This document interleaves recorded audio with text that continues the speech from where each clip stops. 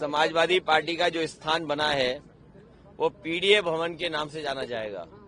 ये स्थान वो बनेगा जहां पर समाजवादी पार्टी के कार्यकर्ता, नेता और जनता से मिल सकेंगे। और हमें उम्मीद है कि जिस तरीके से 10 में से 10 विधानसभाएं जीते थे, दोनों लोकसभा आजमगढ़ की जनता ने जिताया।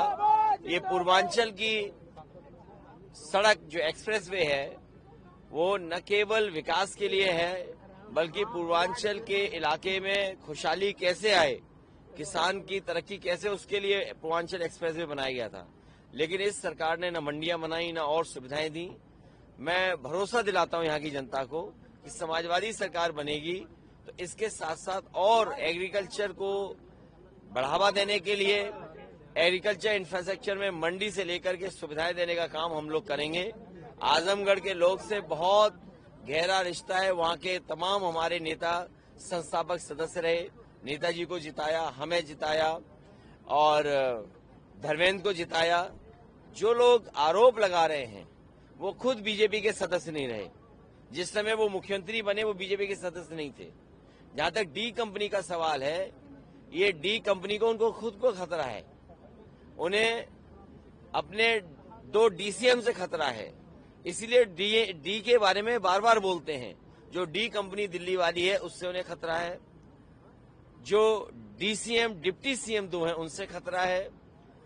इसलिए समय समय पर समाजवादी पार्टी पे इस तरह की बात कहते हैं कि डी कंपनी के लोग हैं। सच्चाई तो ये है कि मुख्यमंत्री जी को डी कंपनी से ही खतरा है। सर, कांवड़ यात्रा को लेकर तमाम तरह के बयान आ रहे हैं। कहीं पे देखा जा रहा है नेम प्लेट, तो कहीं पे किसी के कपड़े भी उतारे गए। इसको किस तरह से, क्योंकि अभी जो बयान आए कुछ समाजवादी पार्टी के लीडर्स के, उसके ऊपर कहा जा रहा है कि वो विवादित बयान आए हैं। भारतीय जनता पार्टी से बहुत बड़ी गलती हुई है। जिस तरीके से उन्होंने कॉरिडोर बनाए हैं, मान लीजिए वाराणसी में कॉरिडोर बनाया, उसकी वाहवाही लूटना चाहते हैं। वृंदावन में पैसे कमाने के लिए कॉरिडोर बनाना चाहते हैं। तो आखिरकार कांवड़ यात्रा के लिए, कांवड़ियों के लिए उन्होंने विशेष सुविधा क्यों नहीं दी?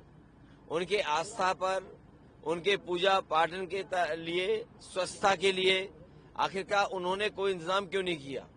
कोई न कोई कॉरिडोर ऐसे बनाते जिसमें सुरक्षा के साथ साथ उनकी आस्था पर कोई प्रश्न नहीं लगता।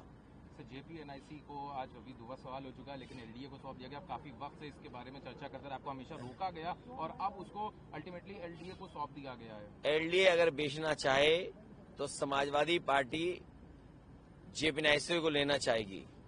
जेपीएनआईसी से political emotional relation Samajwadi party का है, अटैचमेंट है, क्योंकि नेताजी ने शुरू किया था। उस समय तमाम समाजवादी नेता, मोहन सिंह जी, जॉर्ज फर्नांडिस जी, ब्रजभूषण तिवारी जी, रामचंद्र दास जी, ये तमाम नेता उस कार्यक्रम में शामिल हुए। इसलिए ये समाजवादियों की देन है लखनऊ के लिए, पूरे उत्तर प्रदेश के लिए, जिन्होंने संपूर्ण क्रांति का आंदोलन का नारा दिया, जिन्होंने इमरजेंसी के बाद जनता पार्टी को जिताने का काम किया।